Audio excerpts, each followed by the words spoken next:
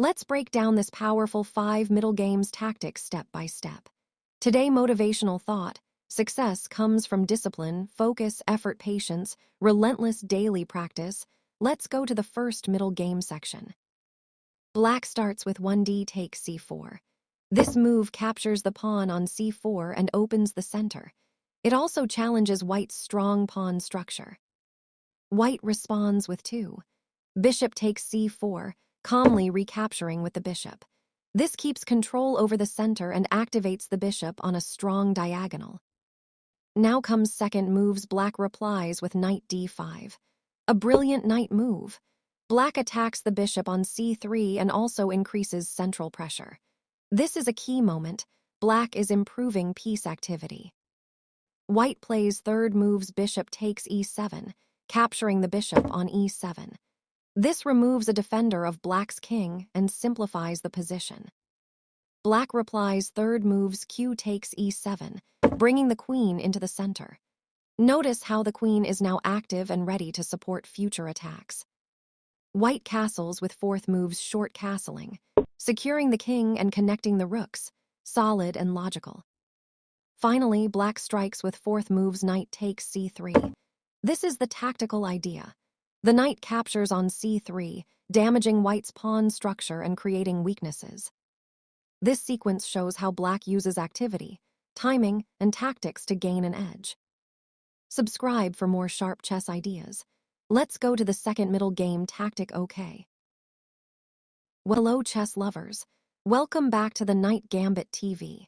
Today, we have second sharp middle game position from chess the easy way. Let's see how White can build pressure. White to move plays 1. Rook c2. This move doubles the rooks on the c-file, aiming at Black's weak c6 pawn. It's also a defensive move to protect the second rank. Black responds with first moves rook ec8, contesting the c-file. Both sides now have rooks ready for battle. Next, White plays second moves queen a6. This queen move is aggressive. The queen targets the c6 pawn and also eyes Black's king side. It's a classic principle. Coordinate your heavy pieces to attack weak points. Black tries second moves queen d7, defending the c6 pawn and preparing to connect rooks. White finishes with 3. Rook fc1, doubling rooks on the c-file. Now the c6 pawn is under tremendous pressure. White's pieces are perfectly coordinated. Rooks on c1 and c2, queen on a6, bishop supporting, all aiming at Black's weaknesses.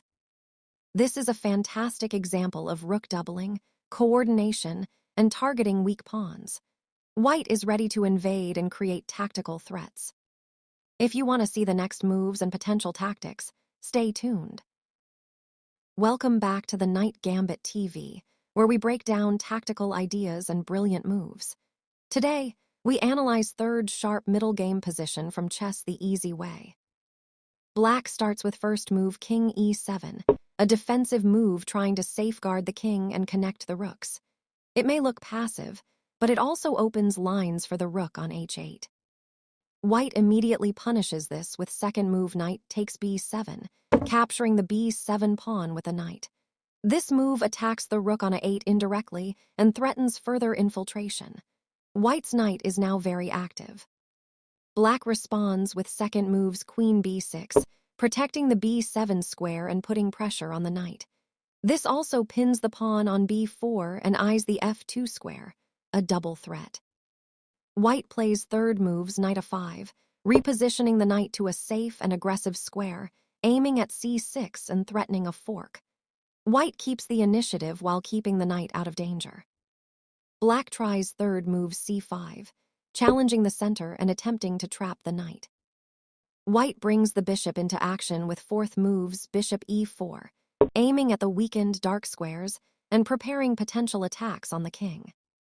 Finally, 5 queen f3 centralizes the queen, supports the bishop, and sets up multiple threats against f7. White's pieces dominate, and Black is in serious trouble. This is a perfect example of how the knight can launch a tactical assault in the middle game. Let's go to the fourth middle game section.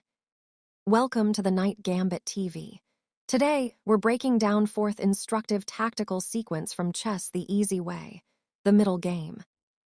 The position is critical. White has active rooks and a strong bishop, while black's pieces are passive. Black starts with first move king h7. This may look safe, but it actually allows white to simplify the position and win material. White responds with second move rook takes c8, immediately capturing the c8 rook. This is a classic tactic. White sacrifices a rook temporarily to exchange down and dominate the open files. Black must recapture with second move rook takes c8. Now third move rook takes c8. White exchanges the other rook, clearing the c-file and keeping pressure on black's position. Black captures back with third moves. Black replies with rook takes c8, but now white has a decisive advantage. Finally, fourth moves bishop takes c8. The bishop captures the last rook on c8, winning full material. Notice how white carefully simplified and activated pieces before the final capture. The bishop is now dominant, and black has no counterplay. This sequence teaches a critical lesson. Tactical exchanges can transform a small positional advantage into a winning material lead. Always look for active piece coordination and open files. That's the essence of tactical chess. Let's go to the fifth middle game section. Welcome back to the Night Gambit TV, where we break down tactical ideas and brilliant moves. Today, we analyze fifth sharp middle game position from chess the easy way. Black starts with first moves king e7, a defensive move trying to safeguard the king and connect the rooks. It may look passive, but it also opens lines for the rook on h8. White immediately punishes this with second move knight takes b7, capturing the b7 pawn with a knight. This move attacks the rook on a8 indirectly and threatens further infiltration. White's knight is now very active. Black responds with second moves. Black replies with queen b6, protecting the b7 square and putting pressure on the knight. This also pins the pawn on b4 and eyes the f2 square, a double threat.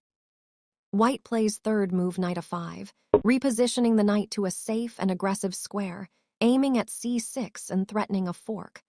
White keeps the initiative while keeping the knight out of danger. Black tries third move c5, challenging the center and attempting to trap the knight.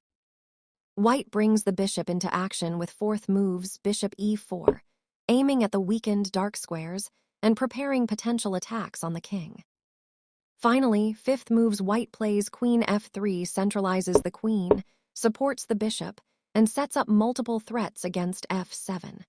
White's pieces dominate, and black is in serious trouble. This is a perfect example of how the knight can launch a tactical assault in the middle game. Thank you so much for watching my YouTube channel video. God bless everyone. Thank you.